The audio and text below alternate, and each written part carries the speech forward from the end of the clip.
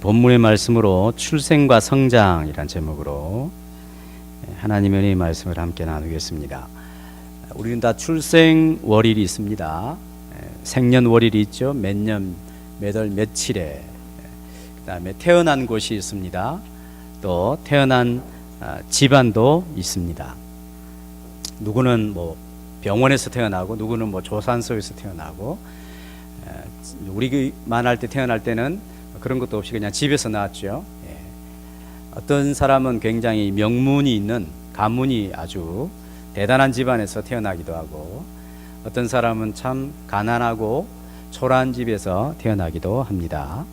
우리가 이 세상에 태어날 때 어느 누구도 선택해서 태어나지 않습니다. 내가 어느 대학병원이 좋기 때문에 거기서 꼭 태어나야 되겠다, 이런 사람 아무도 없고, 나는 돈 많은 집에 유명한 가문에서 태어나야겠다라고 생각해서 태어난 사람도 없습니다. 우리는 그저 태어났습니다. 내가 선택하지 않았습니다. 그 말은 생명이라고 하는 것은 우리 스스로 만들어내는 것이 아니다는 것이죠. 생명은 그저 주어지는 것입니다. 생명은 그냥 받는 것입니다. 사람이 만들어낼 수가 없는 것입니다. 영적인 생명도 이와 같습니다. 영적인 생명 또한 사람이 만들어낼 수 있는 것이 아니라 주어지는 것입니다. 내가 선택하는 것이 아닙니다. 주어지는 것입니다. 내가 만들어낼 수가 없습니다.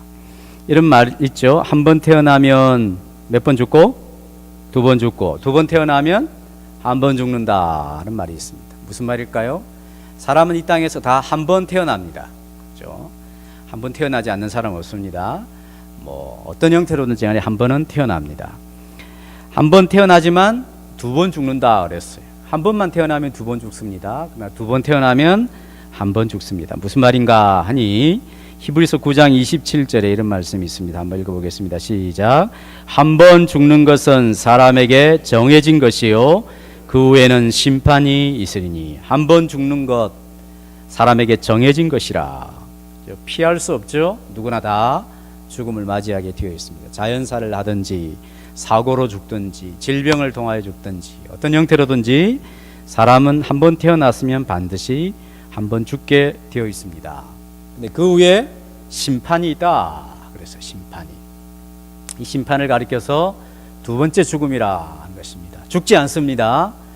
그러나 죽음보다 더한 죽음, 영원히 사는데 영원히 고통을 받는 심판을 받는다. 그래서 이것을 성경은 두 번째 죽음이라 이렇게 이야기를 합니다. 이 땅에서 한 번 태어났으면 육체적으로 한 번 죽고, 죽음 이후에 영원한 고통을 당하는 두 번째 죽음을 당하게 될 것이라 라고 말하고 있습니다.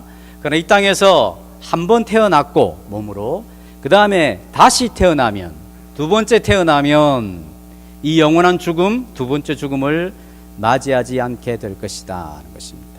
사람이 몸으로 태어나 이 몸으로 죽는 것은 누구에나 다 정해진 것이지만 그 후에 심판에 대해서는 결정을 해야 되는 것이, 이 땅에 내가 이 땅에서 한 번 더 태어나서 그 영원한 죽음을 보지 않을 것인가, 아니면 나는 한 번만 태어나서 죽음 이후에 영원한 죽음을 경험할 것인가 하는 것은 이 땅에서 선택을 해야 하는 것입니다.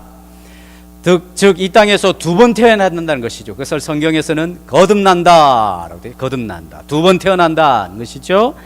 거듭나야 심판을 받지 않게 된다는 것이죠. 거듭나야 지옥에 들어가지 않게 된다는 것입니다. 거듭나야 영생을 얻습니다. 거듭나야 하나님의 나라에 들어갈 수가 있습니다. 예수님께서 일찍이 니고데모라고 하는 사람이 찾아왔을 때 단도직입적으로 이렇게 직선적으로 이야기하셨습니다. 요한복음 3장 3절 시작. 예수께서 대답하여 이르시되 진실로 진실로 내게 이르노니 사람이 거듭나지 아니하면 하나님의 나라를 볼 수 없느니라. 하나님 나라 못 본다, 이 말은 심판을 받는다는 것이죠. 지옥에 간다는 것입니다. 영원한 형벌을 받는다는 것입니다. 거듭나지 않으면 두 번 죽는다는 것이죠. 그러나 거듭나게 되면 하나님의 나라를 볼 것이다. 한 번 죽고 그 후에 심판이 아니라 영원한 영생에 들어가게 될 것이라 라고 예수님이 약속을 하셨습니다. 그러면 한 번 태어나는 것은 누구나 다 알죠. 어떻게 태어나는지 다 압니다. 그럼 두 번 태어나는, 거듭나는 것은 어떤 방법으로 가능한가? 어떻게 거듭날 수 있는가? 오늘 읽었던 본문 23절의 이야기를 주고 23절 같이 읽어볼까요? 시작. 너희가 거듭난 것은 썩어질 씨로 된 것이 아니요 썩지 아니할 씨로 된 것이니 살아있고 항상 있는 하나님의 말씀으로 되었느니라. 어떻게 거듭날 수 있다고요? 어떻게? 하나님의 말씀으로 거듭난다. 하나님의 말씀으로. 25절에 다시 이것을 설명하기를 오직 주의 말씀은 세세토록 있도다 하였으니 너희에게 전한 복음이 곧 이 말씀이라. 즉 복음으로, 하나님의 말씀으로 우리가 거듭난다라고 하는 말은 복음으로 거듭난다는 것이죠. 하나님의 말씀으로 거듭난다 이 말은 내가 이렇게 성경을 막 들고 있으면 거듭나는가? 아니면 성경을 막 찢어가지고 이것을 막 입에 꼭꼭 씹어 먹으면 거듭나는가? 아니면 성경을 그냥 머리에 베고 자면 계속 거듭나는가? 그런 말이 아니죠. 하나님의 말씀으로 거듭난다. 하나님의 말씀이 무엇일까? 내가 너희에게 전한 복음으로 거듭난다. 이 베드로가 전한 복음이 뭘까? 하나님의 말씀, 즉 복음을 통하여서 우리가 거듭난다고 했는데 그 복음이 도대체 무엇인가 하는 것을 1장 18절부터 설명을 해주고 있는 것이죠. 거기 보면 이렇게 되어 있습니다. 1장 18절 보시면 너희가 알거니와 너희 조상이 물려준 헛된 행실에서 대속함을 받는 것은, 그러니까 거듭날 수 있는 것은 이 말입니다. 은이나 금같이 없어질 것으로 된 것이 아니요 돈으로 사서 될 수 있는 것이 아니란 말이죠. 19절 오직 흠없고 점 없는 어린 양과 같은 그리스도의 보배로운 피로 너희 과거의 모든 잘못된 행실에서 깨끗하게 되었다. 죄 용서함을 받았다. 정결하게 되었다. 거듭나게 되었다 라고 말하고 있는 것입니다. 결국 하나님의 말씀으로 거듭난다, 복음으로 거듭난다 라고 하는 것은 뭐냐면 예수님을 통하여서 우리가 거듭날 수 있구나 하는 것을 말하는 것이죠. 그래서 21절에 우리는 이 세상에 있는 사람과 굉장히 독특한 사람이라는 것을 이렇게 표현하고 있습니다. 21절 시작. 너희는 그를 죽은 자 가운데서 살리시고 영광을 주신 하나님을 그리스도로 말미암아 믿는 자니 됐습니다. 여러분은 어떤 사람이냐? 그리스도로 말미암아 하나님을 믿는 자다. 이 세상에는 신을 부정하는 사람도 있지만 대부분 다 인정을 합니다. 예를 들면 스님도 얼음판을 걷다가 푹 빠지면 어떻게 됩니까? 아이고 부처님 이렇게 하지 않고 뭐라고 그러죠? 아이고 하나님 그러죠. 하나님으로 믿습니다. 하나님을 인정을 해요. 그러나 그 사람들이 하나님으로 생각하는 것과 우리가 믿는 하나님은 너무나 차이가 나는 것입니다. 그 사람은 그냥 하나님이 그냥 하나님. 우리는 어떤 하나님을 믿냐면 그리스도로 말미암아 하나님을 믿는 자들입니다. 우리는 예수님이라고 하는 분을 통하여서 하나님을 믿습니다. 우리는 예수님을 통해서 하나님을 가장 잘 알 수 있습니다. 우리는 예수 그분을 통하여 하나님을 보게 되는 것입니다. 우리는 예수 그분을 통하여서 하나님 그분이 우리에게 어떤 분인지를 알 수가 있도록 예수님 자신을 통하여 하나님을 보여주시죠. 우리는 예수를 통하여서 하나님이 생명인 것을 알고 우리는 예수를 통하여서만 하나님에게 생명이 있는 줄을 믿는 거예요. 우리는 그리스도로 말미암아 하나님을 믿는 자입니다. 사람들이 하나님을 믿는다고 이렇게 말하면 우리가 똑같이 하나님 믿는구나 그렇게 생각하면 안 됩니다. 그분들에게 예수님을 이야기하면 막 화를 내요. 어떻게 기독교에서는 예수님을 통해서만 하나님 믿어야 된다고 이야기하느냐 그렇게 이야기하죠. 그건 하나님은 안 믿는 거예요. 그들이 말하는 하나님은 성경에서 말하는 하나님이 아닙니다. 우리는 그리스도로 말미암아 하나님을 믿는 자입니다. 이 그리스도가 어떤 분이십니까? 21절에 이렇게 이야기하죠. 그를 죽은 자 가운데서 살리시고 영광을 주신 하나님이라. 예수님은 죽으셨고 살아나신 분이신데 이것을 하나님이 하셨다는 것입니다. 그래서 하나님의 말씀으로 복음으로 우리가 거듭난다 이 말은 그리스도를 통하여서 우리가 거듭나게 되는데 그 그리스도가 우리를 위하여 우리 대신 십자가에서 죄의 형벌을 받으셨구나. 그래서 죽으셨구나. 근데 그 죽으신 분이 죽음을 이기셨고 부활하셨구나. 우리를 의롭다 하시기 위하여 다시 살아나셨구나. 하나님이 그 일을 하셨구나. 그리고 이 예수님을 통하여서 하나님을 믿도록 하는 백성, 그것이 바로 우리다라는 것을 가르쳐주고 있는 것이죠. 요한복음 3장 5절은 예수님께서 이렇게 다시 설명을 합니다. 같이 읽어볼까? 시작. 예수께서 대답하시되 진실로 진실로 내게 이르노니 사람이 물과 성령으로 나지 아니하면 하나님의 나라에 들어갈 수 없느니라. 자, 여기는 어떤 방법이 뭐예요? 물과 성령으로 난대요. 그래야 거듭난대요. 그래야 하나님의 나라를 볼 수 있대요. 근데 베드로전서에는 뭐로? 하나님의 말씀으로 거듭나야 된다. 복음으로 거듭나야 된다. 이렇게 이야기하는 것이죠. 다르죠? 물과 성령으로 거듭난다. 하나님의 말씀으로 거듭난다. 성경에 좀 다르게 표현되어 있어요. 그러나 다른 말이 아닙니다. 그러면 물은 도대체 뭘까? 물이 상징하는 것은 뭘까요? 물로 거듭난다. 세례 받으면 그냥 거듭나 버리는가?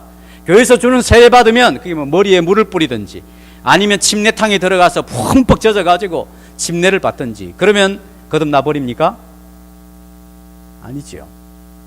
이 물이라고 하는 것은 씻는 것입니다. 깨끗하게 되는 것을 이야기하는 것입니다. 이것은 원래 물과 성령이라고 하는 것은 그냥 나온 말이 아니라 요한이 지어낸 말이 아니라 이미 구약 예언자를 통하여 예고된 말씀입니다. 에스겔서 36장 24절 25절 먼저 읽어보겠습니다. 시작. 내가 너희를 여러 나라 가운데서 인도하여 내고 여러 민족 가운데서 모아데리고 고국 땅에 들어가서 맑은 물을 너희에게 뿌려서 너희로 정결하게 하되 곧 너희 모든 더러운 것에서와 모든 우상 숭배에서 너희를 정결하게 할 것이며, 하나님께서 자기 백성을 불러가지고 맑은 물을 이렇게 뿌린다는 거죠. 그래서 정결하게 한다는 것입니다. 우상을 섬기던 것, 잘못된 행실과 부도덕한 것들, 모든 잘못되고 더러운 사고들을 깨끗하게 하는 도구가 뭐냐 하면 물이다. 그래서 물로 거듭난다. 이 말은 거듭나게 되는데 어떻게 되냐면 우리의 마음과 생활들을 깨끗하게 해준다 라고 하는 의미가 있는 것입니다. 그 다음 에스겔 36장 26절에서 28절 시작.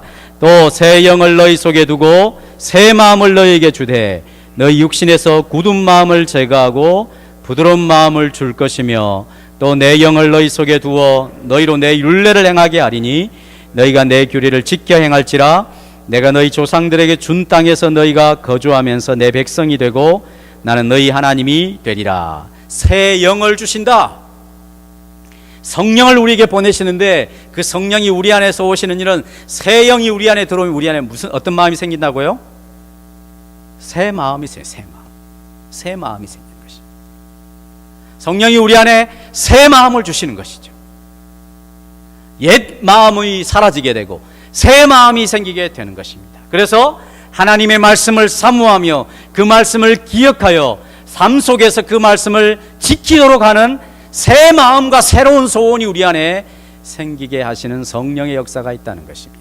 이런 에스겔의 구약의 예언을 받아서 요한이 요한복음을 기록할 때 사람이 어떻게 해서 거듭나는가, 물로 깨끗하게 정결함 씻음을 받고 성령이 우리 안에 오셔서 새 마음을 주심으로 말미암아 우리가 거듭나게 된다. 새로운 창조물이 된다는 것입니다. 이 몸뚱아리는 여전히 있어요. 정죄기라고 하는 사람은 그대로 있어요. 근데 문제는 이 껍데기가 아니라 마음의 깨끗함을 받고 마음에 새 마음이 생겨서 마음속에서도 새로운 가치와 새로운 소원과 새로운 소망이 넘치게 되는 그런 사람으로 바뀌게 되는 거듭남의 일이 있다는 것입니다. 그러니까 물의 역할은 뭡니까? 물의 역할이 뭐라고요? 뭐 하는 거예요? 물은? 씻는 거예요. 깨끗하게. 성령은 새 마음을 주셔서 새로운 피조물이 되게 하시는 것이죠. 그것을 그렇게 해서 되는 결과를 거듭남이라. 그럼 정리하면 어떻게 거듭날 수 있는가? 베드로전서에서는 하나님의 말씀으로 복음으로 거듭난다 해놓고 요한복음에서는 물과 성령으로 거듭난다라고 하는 것은 서로 다른 것인가? 그런 것이 아니라 하나님의 말씀 복음, 예수께서 나의 죄를 위하여 십자가에 죽으셨다. 내 아버지 죄도 아니고 내 어머니 죄도 아니고 내 조상의 죄도 아니라 바로 내 죄를 위하여 십자가에 죽으셨다. 그리스도가 아무 죄 없으신 하나님이신 그분이 십자가의 형벌을 당하신 것은 내 죄 때문이다. 내 죄. 그리고 그분이 죽은 자 가운데서 다시 살아나심으로 말미암아 사망의 권세를 이기시고 죄의 권세를 이기시고 그를 믿는 자에게 당신의 의로움을 우리에게 선물로 주신다 하는 이 하나님의 말씀, 하나님의 복음으로 거듭나는데, 이 복음을 들을 때 성령께서 저것이 바로 너를 위한 것이었어, 나를 위한 것이구나, 이것을 깨닫게 하시는 것이죠. 다른 사람들의 이야기가 아니라 나를 위한 하나님의 일, 예수님을 통해서 나를 위하여 내 죄의 사함과 내 안에 새 마음을 주시는 일을 하셨구나, 이것을 성령이 깨닫게 하시죠. 그래서 그것을 내 마음에 믿어지고 받아지게 되면 내가 거듭나게 되는 것입니다. 이런 것이 없으면 그동안 학습한 것입니다. 공부한 것입니다. 그냥 교회 다닌 것입니다. 그 사건이 내 사건이 되도록 하시는 성령의 깨우쳐 주심과 은혜 주심이 있어야 되죠. 생명은 만드는 거예요? 자기가 만드는 거예요? 주어지는 거예요? 주어지는 거죠. 여러분 혹시 자기가 스스로 만드는 이 땅에 태어난 사람이 있습니까? 없죠. 거듭남, 영원한 생명도 마찬가지입니다. 내가 만들어내는 것이 아닙니다. 하나님께서 예수를 통하여 우리의 거듭남과 우리의 죄 씻음과 새 마음 주시기 위하여 예수님 안에서 이루어놓으신 그 일을 우리가 들을 때에 성령께서 우리 안에 깨닫게 하시고, 저거 나를 위한 것이었구나 하는 것을 알게 해주시는 거죠. 내가 노력해서 되는 게 아닙니다. 이거는 교회 오래 다니고 아버지가 목사라고 해서 저절로 얻어지는 게 아니라 내가 깨닫지는 거예요. 나를 위한 것이었구나. 그렇게 해야 거듭나는 것입니다. 안 그러신 분들은 거듭난 거 아닙니다. 잘 아셔야 됩니다. 그렇게 해서 거듭나게 되는 것입니다. 그래서 오늘 본문에는 하나님의 말씀, 썩어지지 아니하는 하나님의 씨를 주셨다. 씨를. 여러분 조그만 씨랄지라도 거기에 살아있는 씨라면, 이 사과, 예를 들면 사과씨다. 그러면 그 사과씨를 심게 되면 그것이 씨가 땅에서 죽어서 이제 싹이 나고 해가지고 열매를 맺게 되어 있죠. 씨와 사과나무는 도저히 상상할 수 없는 연결고리가 상상이 안 되죠. 그게 사과 열매가 맺히는 거예요. 하나님의 씨라고 하는 것, 즉 거듭남이라고 하는 생명의 역사 우리 안에 주어지게 되면 이것은 장차 하나님의 생명이 풍성히 열매를 맺게 되어 있습니다. 예수를 믿으면 죄 씻음을 받습니다. 예수를 믿으면 사망 권세를 이기며 부활의 생명을 공급받습니다. 예수 믿으면 하나님의 자녀가 됩니다. 예수를 믿어야 하나님의 나라에 들어갈 수 있습니다. 예수 믿어야 영원한 죄사함을 받을 수 있습니다. 예수를 믿어야 영원한 형벌에서 자유케 될 수 있습니다. 예수 안 믿으면 이 세상에 주어진 모든 것은 다 아무것도 아닙니다. 믿는 자에게 하나님께서 약속을 하셨습니다. 생명은 우리가 만들어내는 것이 아니라 하나님께서 예수라고 하는 분을 통하여, 그의 아들을 통하여 이루어놓으신 구원을 우리가 들을 때에 성령께서 내 것이 될 수 있도록 하시는 성령의 거듭나게 하시는 일을 통하여 하나님의 말씀을 우리를 거듭나게 하사 믿는 자에게 이 거듭남의 생명을 주시기로 약속하셨던 것입니다. 이 거듭난 생명의 특징이 무엇입니까? 1장 23절 24절을 보면 썩지 아니할 씨라, 다르게 설명하기를 살아있고 항상 있다, 영원하다 이 말이에요. 영원하다. 그러니까 하나님께서 이런 말씀으로 우리를 거듭나게 하셨기 때문에 거듭난 사람들의 특징이 뭐냐면 영원한 생명을 가지고 있는 것이죠. 또 24절 끝에는 25절 오직 주의 말씀은 세세토록 있도다.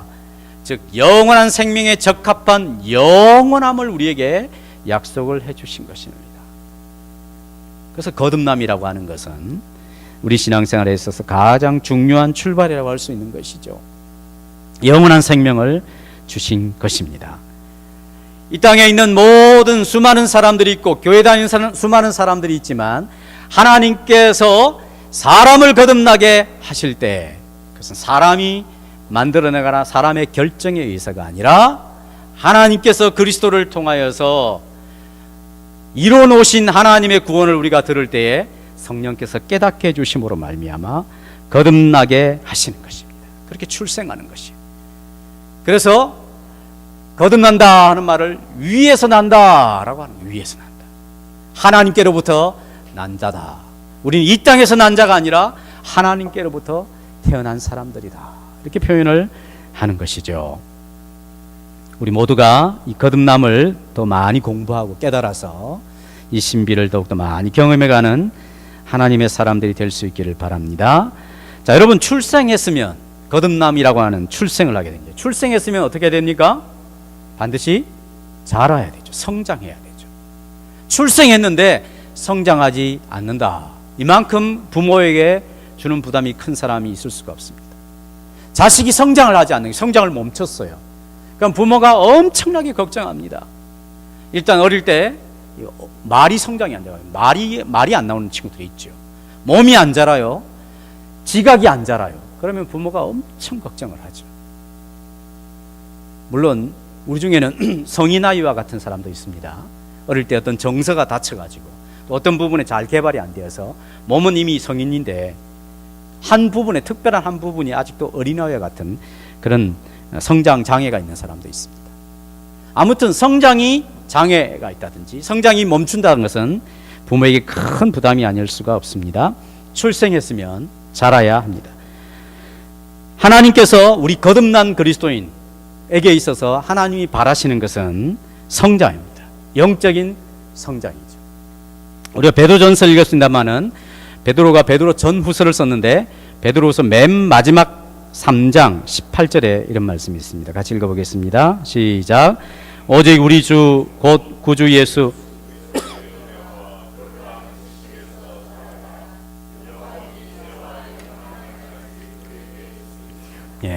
그를 아는 지식에서 자라가라. 우리 구주 예수 그리스도의 은혜와 그를 아는 지식에서 자라가라. 계속적으로 자라가야 될 것을 말씀하는 것입니다. 오늘 우리가 읽었던 본문 베드로전서 2장 1절에도 보시면 2절 끝에 이는 그로 말미암아 너희로 구원에 이르도록 자라게 하려 함이라. 자라가야 하는 것입니다. 출생했으면 성장해야 하는 것이죠. 그러면 우리가 잘 영적으로 성장하기 위해서 오늘 하나님의 본문이 우리에게 주시는 교훈이 무엇입니까? 먼저는 잘 버려야 한다는 것입니다. 따라하겠습니다. 잘 버려야 한다. 1절 말씀을 봅시다. 시작. 그러므로 모든 악독과 모든 기만과 외식과 시기와 모든 비방하는 말을 버리고 잘 버려야 신앙이 잘 자라갈 수 있다는 것입니다. 여러분, 성도인 거룩한 백성이라고 하는 우리들에게 버릴 것이 있겠습니까? 우리가 성도인데 버려야 할 것이 있습니까? 있죠. 왜 그렇습니까? 왜 우리가 버려야 할 것이 있죠? 그것은 우리가 실력으로 얻은 자리가 아니기 때문입니다. 하나님 앞에 깨끗하고 하나님이 칭찬할 만한 어떤 행실과 삶을 지닌 수준이 되었을 때에 하나님 우리를 거듭나게 하시지 않았죠. 우리의 실력을 얻은 자리가 결코 아닙니다. 우리가 노력하고 우리가 흠없는 상태가 되어서 하나님께서 하나님의 자녀로 생명을 주신 것이 아닙니다. 도리어 우리가 죄인이었을 때에 하나님께서 무한한 긍휼로 우리를 불러주셨죠. 우리가 하나님께 원수짓을 하고 있을 때에 하나님 우리를 무한히 용서하시고 큰 자비로 우리를 불러주셨습니다. 우리가 실력을 얻은 자리가 아니기 때문에 우리의 삶 속에 하나님 백성으로서의 모습으로서 참 여러 가지 부당한 것들을 버려야 할 것이 많이 있다 하는 것입니다.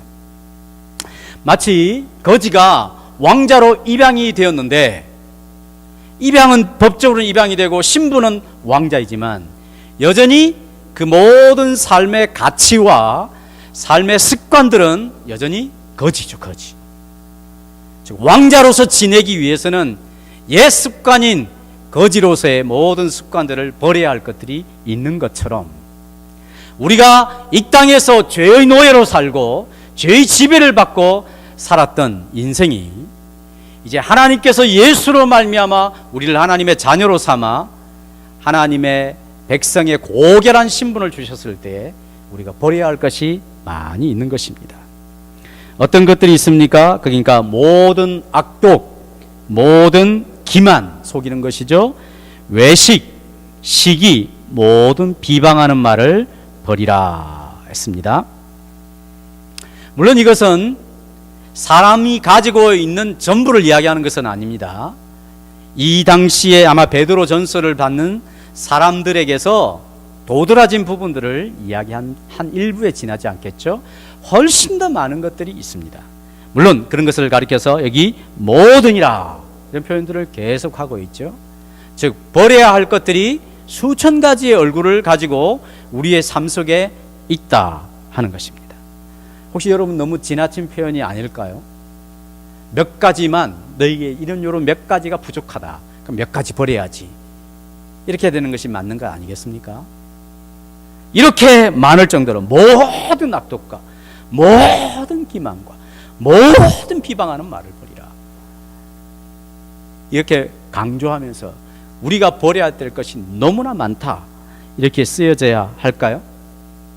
우리가 버려야 될 것이 이렇게 많습니까? 어떻습니까? 이런 것들이 내 속에 있습니까? 없습니까? 이제 우리 송처갑 할머니처럼 저렇게 할머니가 되면 이제 버려야 될 것이 없어져 버립니까? 어떻습니까? 많대요. 많대요.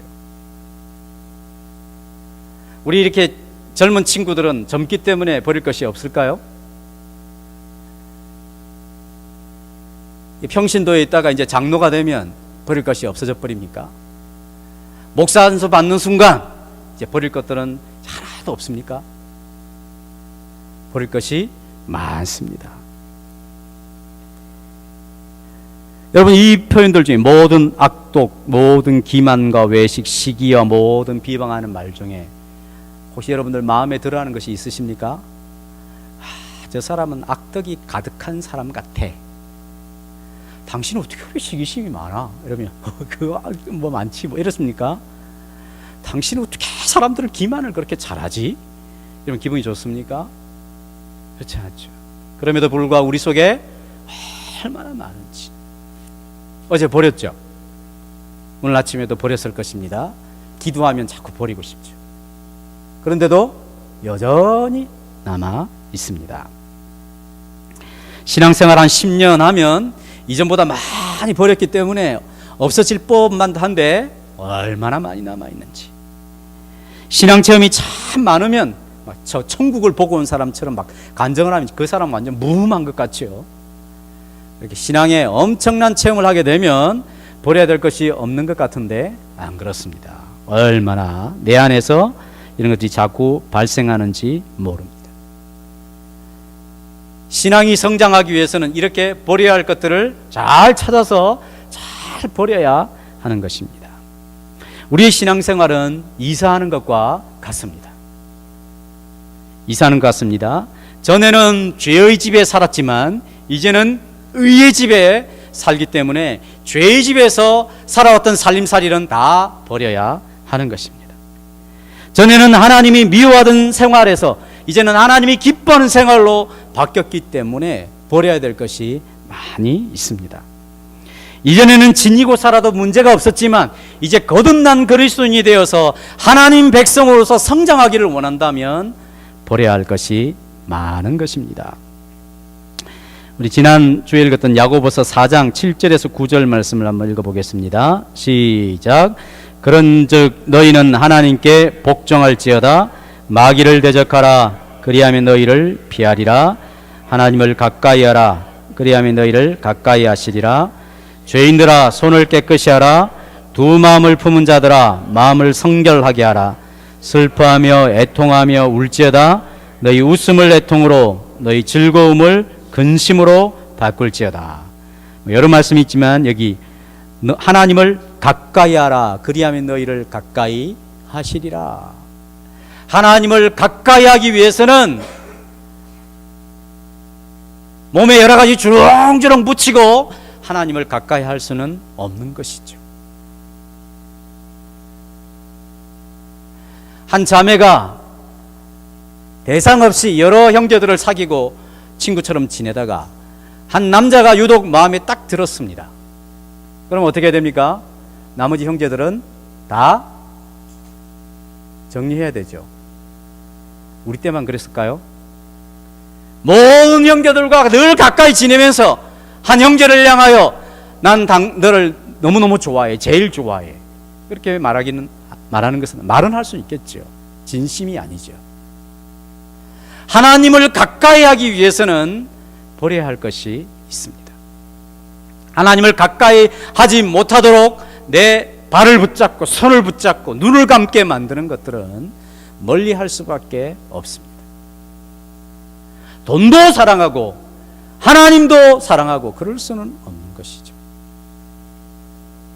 명예도 추구하고 하나님 믿어서 복도 받고 그래서는 아니 되는 것이죠. 하나님을 가까이 하기 위해서는 반드시 버려야 할 것이 있습니다. 내가 하나님 앞에 정말 바르게 신앙생활하고 그 앞에서 성장하기를 원하는 사람은 반드시 희생하고 포기하고 버린 것이 있어야 합니다. 구체적으로 있습니다. 구체적으로. 그거 없으면 신앙 성장 절대 할 수 없습니다. 그것은 자기의 자존심이 될 수가 있고 자기의 취미생활이 될 수가 있고 물질에 대한 지나친 집착일 수도 있고 외모에 대한 지나친 관심일 수도 있고 TV에 많은 시간을 빼앗기는 그런 것일 수도 있습니다. 확실한 것은 각 사람마다 차이가 있을 수 있지만 하나님을 가까이 하기 위해서는 내가 지난주에도 오늘도 하나님 앞에 분명하게 포기한 것이 있어야 신앙이 자라갈 수가 있습니다. 그래서 여러 말을 하는 거, 손을 깨끗이 하라, 두 마음을 품은 자들아, 마음을 성결하게 하라, 슬퍼하며 애통하며 울지어다 너희 웃음을 애통으로 너희 기쁨을 근심으로 바꾸라. 잘못된 관심을 버려야 하는 것이다, 이렇게 이야기하는 것이죠. 우리는 거듭난 사람으로서 예수 그리스도 안에서 신앙이 성장해야 될 사람으로 부름을 받은 사람입니다.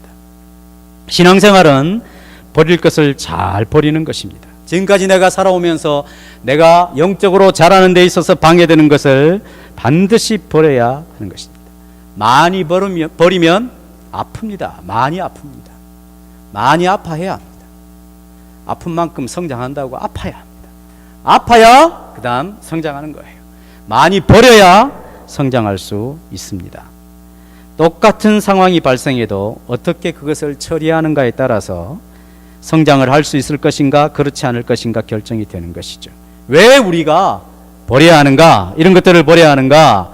3절 말씀에 보면 너희가 주의 인자심을 맛보았으면 그리하라.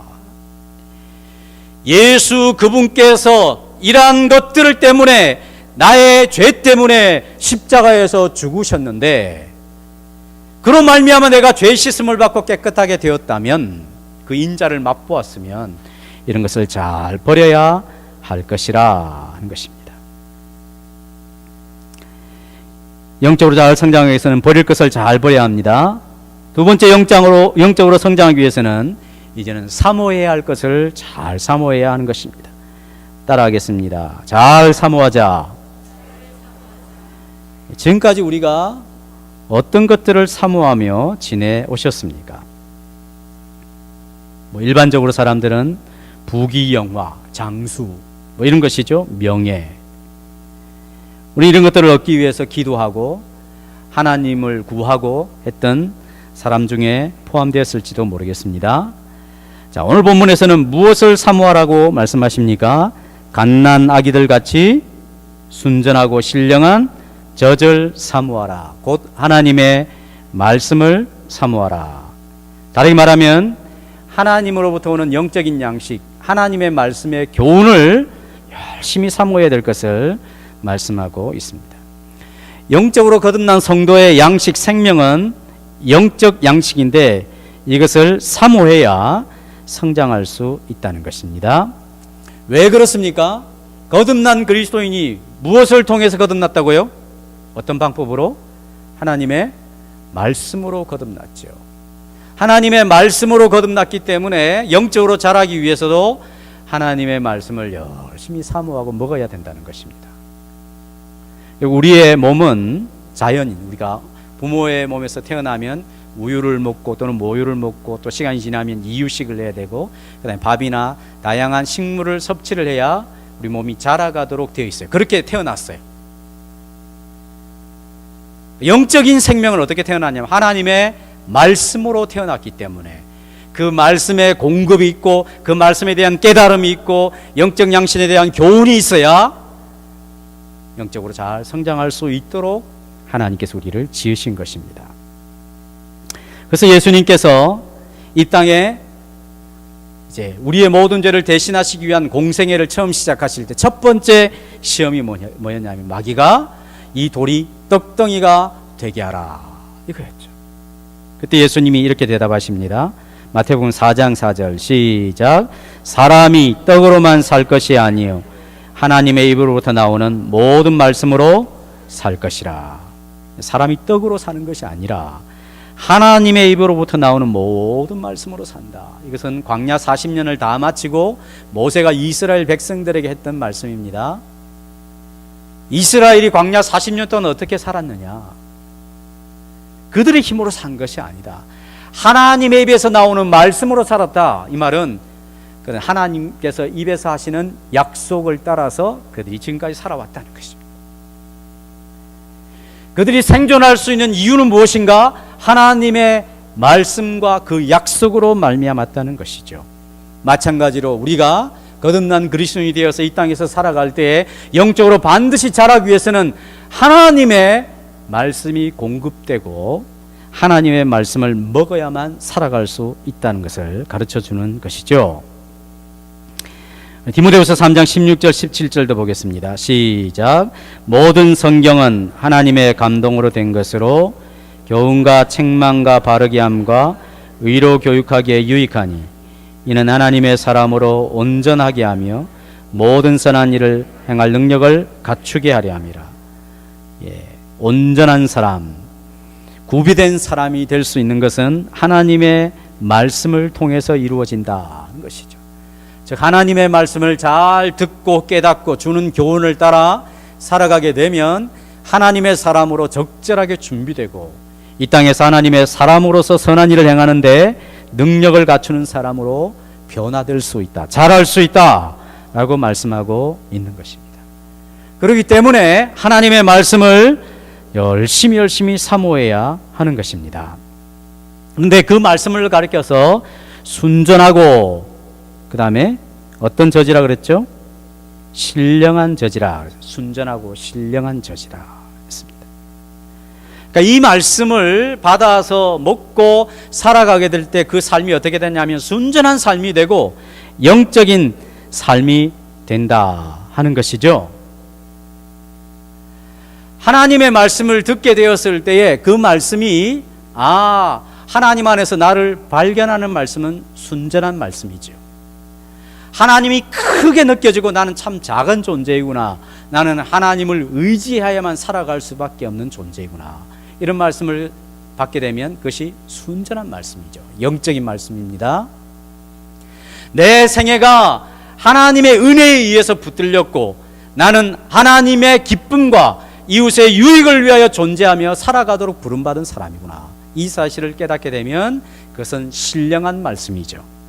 신령한 말씀이라고 해서 오죽은 듣도 보도 못한 말씀이네, 하늘에서 막 뚝 떨어지고 막 신비한 현상이 있는 그런 것이 아니라 하나님을 하나님 되게 하며 그 앞에 내 본분과 내 위치가 어떤 존재인지를 잘 깨달아 하나님 백성으로 살게 하는 그런 말씀을 들으면 그것이 바로 신령한 말씀인 것입니다. 순전한 말씀이 되는 것이죠. 그러나 저 말을 따라하면, 저 말씀을 들으니까 완전히 세상을 잡을 것 같아요. 명예가 높아질 것 같아요. 욕심이 막 채워지고 불순한 정욕적인 생각들이 들면 그런 것은 다 불순한 말씀이죠. 순전한 말씀이 아닙니다. 영적인 말씀이 아니라 세속적인 말씀이 되는 것입니다. 하나님의 말씀을 읽어놓고 하나님의 말씀을 가르치고 하나님의 말씀에 대하여 배우는데도 불구하고 그것을 통하여 내 욕심이 채워질 것 같고 이 세상에서 어떻게 하면 더 비상하게 살아갈 것 같은 방도가 생기고 이런 것은 다 불순하고 세속적인 말씀인 것이죠. 어떤 자세로 이런 말씀을 사모해야 한다 말하고 있냐면 갓난 아기들 같이 배가 고파 굶주려 있는 아기들이 젖을 얼마나 사모하는지 아시죠? 주변에 전혀 의식하지 않습니다. 그렇게 사모하라 하는 것입니다. 여러분, 건강한 사람은 항상 끼니 때가 되면 어떻게 되죠? 식사 때가 되면 건강한 사람은 항상 배가 고프죠. 우리는 그런 생각이 들 때가 있죠. 뭐 삼시세끼 꼭 끼니 때마다 이거 먹어야 되나 이런 생각이 들 때가 있죠. 근데 또 배가 고프잖아요. 배가 고프다 말은 건강하다 이 말이죠. 근데 막 하루를 굶었는데 배도 안 고프고 배만 아파요. 배만 아프죠. 그것은 건강한 게 아니죠. 건강한 사람들 끼니 때가 되면 배가 고픈 것입니다. 그리스도인들도 건강한 그리스도인들은 하나님의 말씀에 대한 굶주림이 늘 있습니다. 이것을 먹지 않으면 불안하고 허기지고 그런 것이죠. 하나님의 말씀을 사모해야 하는 것입니다. 많이 사모하는 사람은 많이 얻게 될 것입니다. 하나님의 말씀을 많이 사모하게 되면 많이 성장하게 되어 있습니다. 우리는 자라가야 할 자라는 것을 우리가 꼭 기억해야 하는 것입니다. 거듭난 영적 출생은 이제 갓난 아기와 같이 태어난 상태입니다. 그래서 우리는 다 자라가야 된다. 내 평생에 영적으로 성장해야 될 사람이다. 이런 관심을 꼭 가져야 되는 것입니다. 만약 이런 관심이 없다면 교회 생활하면 그냥 의미 없이 보내는 거예요. 교회에서 아무리 봉사를 많이 해도 그렇게 의미가 있는 것이 아닙니다. 그냥 종교 행위에 지나지 않습니다. 나는 자라가야 된다. 믿음이 자라가야 된다. 하나님을 크게 여기는 믿음이 성장해야 된다. 하나님을 더 열심히 따르고 싶은 마음이 생겨야 된다. 이렇게 자라가야 되는 사람이라는 것을 꼭 기억해야 합니다. 읽었던 말씀에 너희로 구원에 이르도록 자라게 하려 함이라. 우리가 이미 얻은 구원도 있지만 자라가야 될 구원도 있는 것이구나. 이것을 깨닫고 신앙생활 해야 하는 것이죠. 우리가 죄인이었을 때 그 아들의 죽음을 통하여 하나님이 우리를 하나님의 자녀가 되게 하셨다고 한다면 이제 하나님의 자녀가 된 우리들이 바른 신앙의 태도를 가지고 주의 말씀을 사모하며 내가 영적으로 진정으로 성장하기를 원하실 때 하나님께서 왜 필요한 것을 우리에게 은혜로 주시지 아니하시겠습니까? 우리가 주님의 인자하심을 맛본 사람들입니까? 그래서 우리가 그로 말미암아 거듭난 사람들이십니까? 그러면 구원에 온전히 이르도록 자라가야 될 사람인 것을 꼭 기억하시기 바랍니다. 우리가 제대로 자라기 위해서는 버릴 것을 잘 버리고 사모해야 될 하나님의 말씀을 순전하게 사모하는 그런 사람이 되어야 할 것입니다. 썩은 열매를 거두며 살아갈 것인가? 아니면 영생의 열매를 거두며 살아갈 것인가? 그것은 바로 나 자신의 선택에 달려있다는 것을 꼭 기억하시기 바랍니다. 기도하겠습니다.